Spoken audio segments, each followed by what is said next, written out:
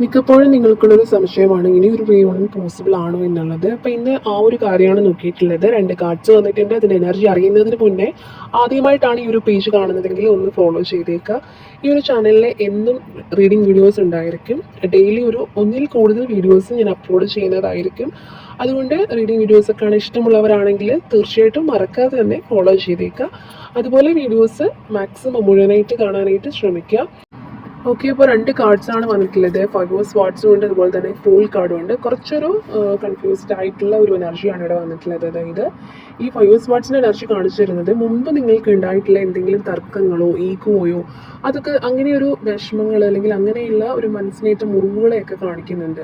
അപ്പോൾ റീയൂണിയൻ എന്നതിനേക്കാൾ ഉപരിയായിട്ട് ആ പഴയ കാര്യങ്ങൾ നിങ്ങളെ ഇപ്പോഴും ചിലപ്പോൾ വേട്ടയാടുന്നുണ്ടായിരിക്കാം. മനസ്സിൽ ആ ഒരു കാര്യം വരുമ്പോൾ നിങ്ങൾക്ക് ഒരുപാട് സ്നേഹം തോന്നുന്നൊരു സമയം വരും. പെട്ടെന്ന് തന്നെ നിങ്ങൾ ഹേർട്ട് ആയതൊക്കെ ഓർക്കുമ്പോൾ നിങ്ങൾക്ക് എന്ത് ചെയ്യണം എന്നറിയാതെ നിങ്ങൾ വേണ്ട എന്ന് വെക്കുന്നൊരു സിറ്റുവേഷൻ, മേ ബി അങ്ങോട്ട് കോൺടാക്ട് ചെയ്യാമെന്നോർത്ത് ഫോൺ എടുത്ത് മെസ്സേജ് ടൈപ്പ് ചെയ്യുന്നൊരവസ്ഥയിൽ വരും.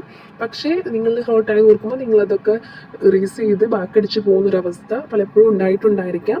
അപ്പോൾ ഇവിടെ കിട്ടിയിട്ടുള്ള ഒരു പോസിറ്റീവ് കാർഡ് എന്ന് പറയുന്നത് ഇത് ഫുൾ കാർഡാണ്. ഇതാണ് ഇവിടുത്തെ ഏറ്റവും പോസിറ്റീവായിട്ടുള്ള ഒരു ഘടകം എന്ന് പറയുന്നത്. ഇതൊരു പുതിയ തുടക്കത്തിൽ അല്ലെങ്കിൽ ന്യൂ ബിഗിനിങ്ങിനെയൊക്കെ സൂചിപ്പിക്കുന്ന ഒരു കാർഡാണ്. അപ്പോൾ പഴയതൊക്കെ മറന്ന് ഒരു ചെറിയൊരു കുഞ്ഞിൻ്റെ നിഷ്കളങ്കതയുടെ എല്ലാം പൂജ്യത്തിൽ നിന്ന് തുടങ്ങാനായിട്ട് നിങ്ങൾ തയ്യാറായാൽ ഒരു റീയൂണിയനും സാധ്യമാണെന്ന് മനസ്സിലാവുന്നുണ്ട്.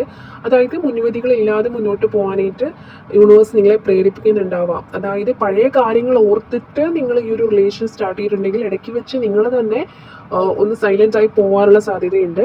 അങ്ങനെയല്ല, പഴയതൊക്കെ മറന്ന് വീണ്ടും ഒരു പുതിയ തുടക്കത്തോടു കൂടി നിൽക്കുകയാണെന്നുണ്ടെങ്കിൽ, ആ ഒരു ചിന്തയിൽ നിൽക്കുകയാണെങ്കിൽ ഈ ഒരു റിലേഷൻഷിപ്പിന് ഒരു റീയൂണിയൻ പോസിബിൾ ആണെന്ന് ഇവിടെ യൂണിവേഴ്സ് കാണിച്ചു തരുന്നുണ്ട്. അപ്പോൾ റീയൂണിയന് വേണ്ടിയിട്ടുള്ള ഒരു പോസിറ്റീവ് എനർജി ക്ലെയിം ചെയ്യാനായിട്ട് നിങ്ങൾ കമൻറ്റിൽ ന്യൂ ബിഗിനിങ് എന്ന് ടൈപ്പ് ചെയ്യാം.